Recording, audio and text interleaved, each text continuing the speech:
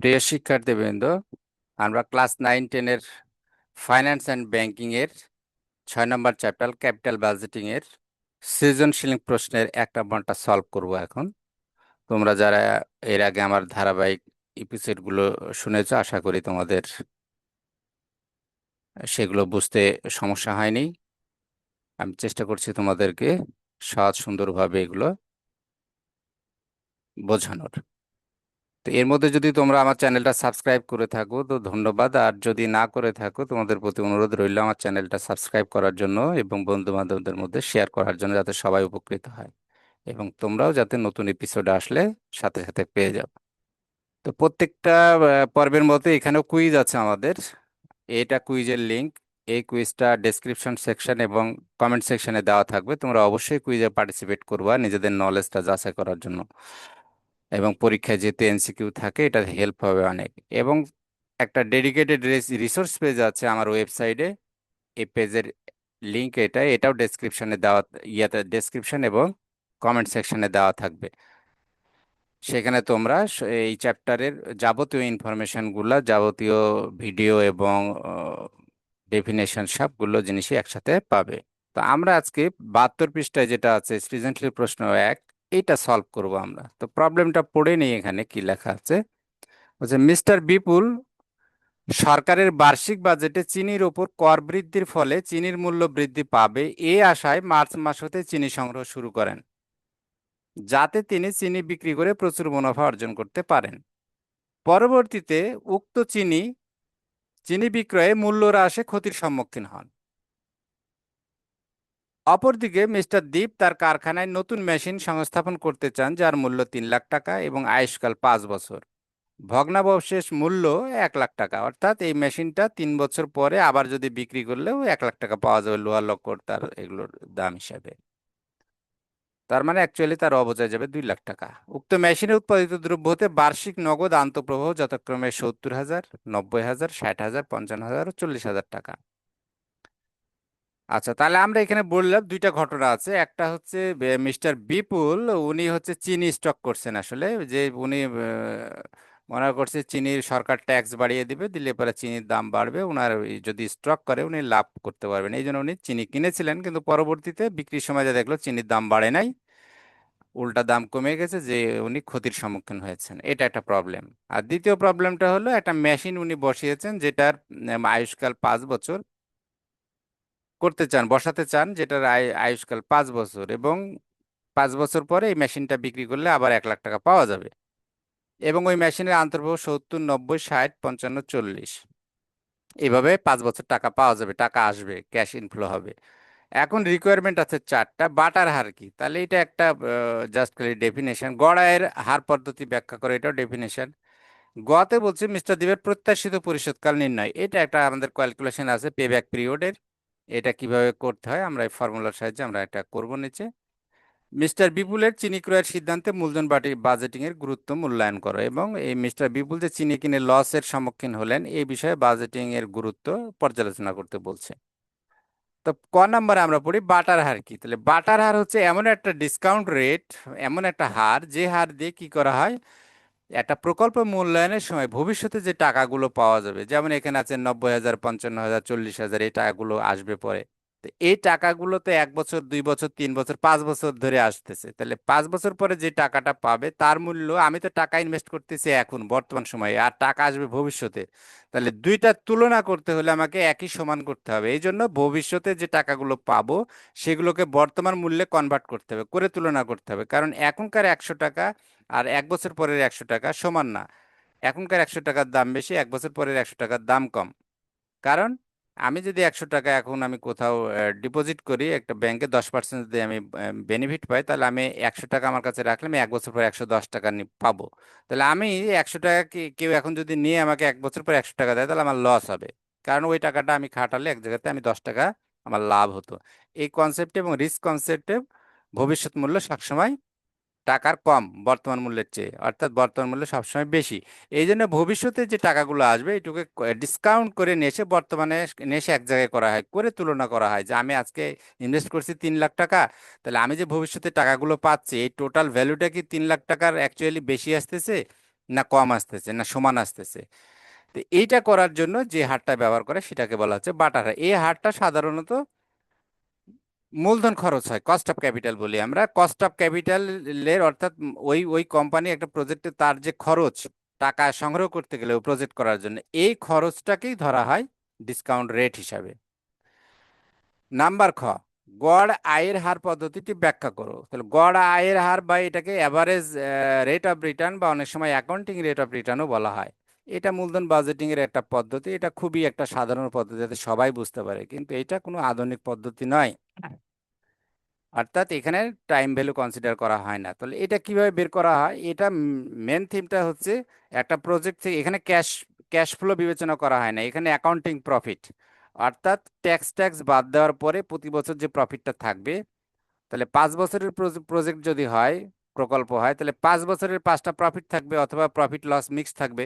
তাহলে সবগুলো এক জায়গায় করে 5 দিয়ে ভাগ দেব, দিলে পরে গড় পাওয়া যাবে, গড় আয় পাওয়া যাবে। সেই গড় আয়কে আমি গড় বিনিয়োগ দিয়ে ভাগ দেবো। গড় বিনিয়োগটা কি?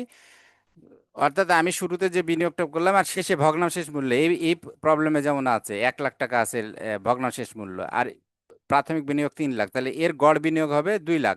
3+1/2। তো এটাই ফর্মুলা আর কি। দেওয়ার পরে এটা ভাগ করলে পরে এটা গড় চলে আসে। তাহলে আমাদের গড় মুনাফার হার হচ্ছে কর পরবর্তী গড় মুনাফা ভাগ গড় বিনিয়োগ গুণ 100। আচ্ছা, তাহলে গড় বিনিয়োগ সমান তাহলে কি? প্রাথমিক বিনিয়োগ যোগ ভগ্নাংশের ভাগ 2। তাহলে এটার সিদ্ধান্ত কি, যে যদি আমার একাধিক প্রজেক্ট থাকে তাহলে যেটার এআরআর বেশি আমি সেটাতে বিনিয়োগ করব। আর যদি আমার প্রত্যাশিত আয়, এআরআরটা যদি আমার প্রত্যাশিত, আমি আশা করছি 15%, কিন্তু আমি এআরআর করে পাইলাম 12%, তাহলে আমি এই প্রজেক্টে ইনভেস্ট করব না। অর্থাৎ আমার প্রত্যাশিত চেয়ে বেশি হওয়া লাগবে অথবা কমপক্ষে সমান হওয়া লাগবে। আর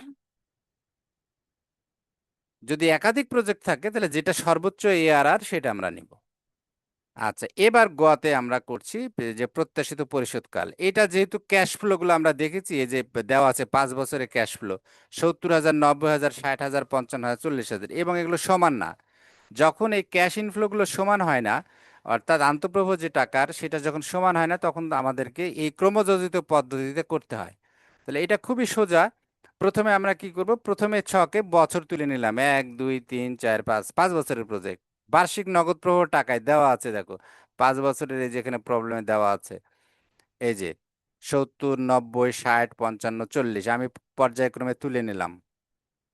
70 90 60 55 40 তোলার পরে ক্রমযোজিত নগদ প্রবাহ পদ করে নিলাম। কিভাবে ক্রমযোজিত করে? প্রথমে 70 70 আমি রাখলাম। এবার এই 70-এর সাথে 90 যোগ করে 1,60,000, 1,60,000-এর সাথে আবার 60 যোগ 2,20,000, 2,20,000-এর সাথে 55 যোগ 2,75,000, 2,75,000-এর সাথে 40 যোগ করলাম করে 3,15,000। তাহলে এইভাবে পেলাম। অর্থাৎ প্রথমটা 70 70 তুলে নিলাম, দ্বিতীয়টা 70-এর সাথে 90 যোগ 61 পেলাম, 61-এর সাথে 60 যোগ 220 পেলাম, 220-এর সাথে 55 যোগ 275 পেলাম, 275-এর সাথে 40 যোগ পেয়ে গেলাম। দেওয়ার পর আমাদের ফর্মুলা হলো পেব্যাক পিরিয়ডের A+NCO বিয়োগ C/D। তাহলে এটা কি? এটা হচ্ছে বছর, যেই বছরে এই ক্রমযোজিত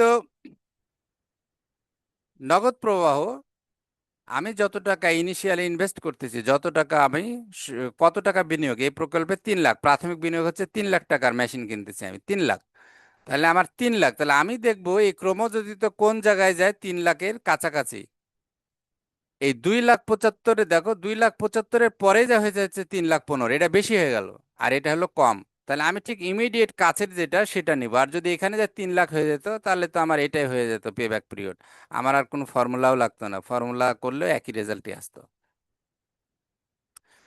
তো এখানে তাহলে আমার এই যখন আমি কোন কোন লাইনটা কোন বছরটাকে ধরবো, যেই বছরটা খেয়াল রাখবে এই ক্রমযোজিত যেটা হলো আন্তঃপ্রবাহ, ক্রমযোজিত নগদ প্রবাহ যেটা, সেই নগদ প্রবাহটা আমি যে টাকাটা শুরুতে বিনিয়োগ করছি ঠিক সেই টাকার সমান বা তার কাছাকাছি, বেশি হলে সেটা নেওয়া যাবে না। যেমন এখানে 3,15,000 হয়েছে 5 বছরে, এইটা কিন্তু নেওয়া যাবে না, কারণ এটা তো 3 লাখের চেয়ে অনেক বেশি। আমার 3 লাখ বা 3 লাখের ইমিডিয়েট কাছে, 3 লাখ তো হয়নি আমাদের, এই ক্রমযোজিত করে 70 পরে 128, 220, তারপরে 275, তারপরে 315 হয়ে গেছে। তাহলে আমাকে 275, এই লাইনটার যে বছরটা আছে 4, এটাই হচ্ছে আমার এ। আচ্ছা, তাহলে এনসিও 3 লাখ, এ পেয়ে গেলাম আমরা 4 বছর। সি সমান বলছে যে যে বছরটাকে আমি ধরলাম আহ, হিসাবে, পে ব্যাক পিরিয়ডের বছর হিসাবে, সেইটাকে সাথে আমি ওই বছরের যে ক্রমযোজিত সেটা হচ্ছে সি, এখানে হচ্ছে 2,75,000। তাহলে সি এর মান হচ্ছে 2,75,000। অর্থাৎ যে বছরেরটাকে আমি সিলেক্ট করলাম সেই বছরের যে ক্রমযোজিত নগদ প্রবাহ, সেটাকে আমি ধরবো সি। আর ডি হচ্ছে তার পরের বছর, ইমিডিয়েট পরের বছরের অ্যাকচুয়াল যে নগদ প্রবাহ, অর্থাৎ 40,000। তাহলে আমরা এখানে আমার ফর্মুলাতে লাগবে এ, এনসিও, সি, ডি। তাহলে এ হচ্ছে, এ বের করলাম আমি 4, কিভাবে নিলাম বললাম যে যে আমরা দেখবো এই ক্রমযোজিতটা যে জায়গায় যায় আমার যে প্রাথমিক বিনিয়োগ, এখানে প্রাথমিক বিনিয়োগ 3 লাখ। তাহলে 3 লাখ বা 3 লাখের একটু কম, বেশি হলে সেটা নেওয়া যাবে না। তাহলে 3 লাখ বা 3 লাখের কম, এটা 4 বছরের, এটা এই জন্যই এর মান হলো এখানে 4। তাহলে এ পেলাম 4, এনসিও 3 লাখ। সি হচ্ছে যে ওই 4 বছরে ওটারই ওই লাইনেরই যেটা ক্রমযোজিত, তাহলে 2,75,000 পেয়ে গেলাম। আর ডি কি, ডি হচ্ছে অ্যাকচুয়াল নগদ প্রবাহ ঠিক তার পরের বছরে, তাহলে 5তম, 4 বছরটাকে যেহেতু আমি এ ধরছি, তাহলে 5তম বছরের যেটা ক্যাশ ফ্লো সেটা হলো 40,000। তাহলে এটা হলো আমার ডি।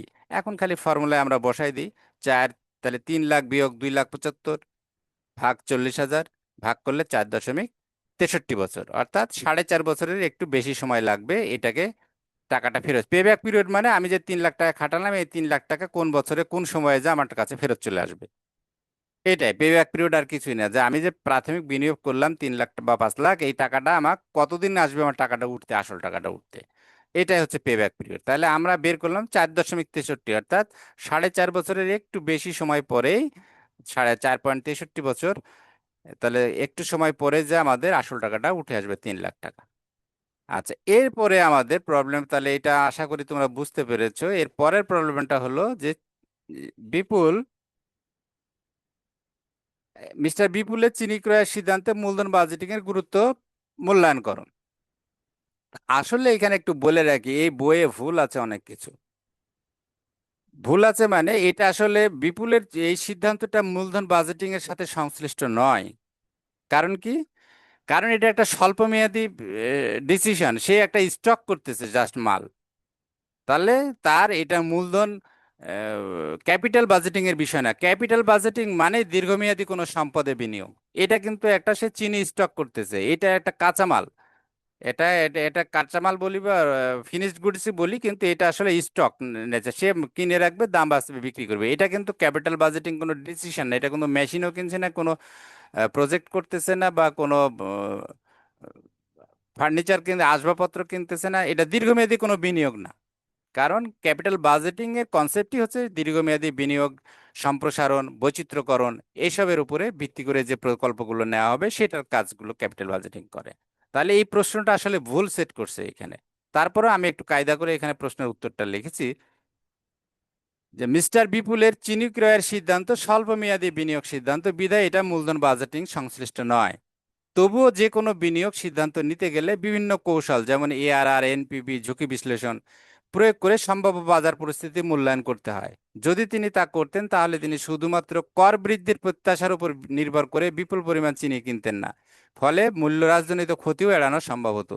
তাই তার বিনিয়োগ সিদ্ধান্তে আয় ও ঝুঁকির বিশ্লেষণ অত্যন্ত গুরুত্বপূর্ণ ছিল। আমি এখানে মূলধন বাজেটিং কথাটা আমি লিখলাম না। কেন? কারণ এটা আসলে মূলধন সংক্রান্ত, আমি ভুল জিনিস লিখতে পারি না।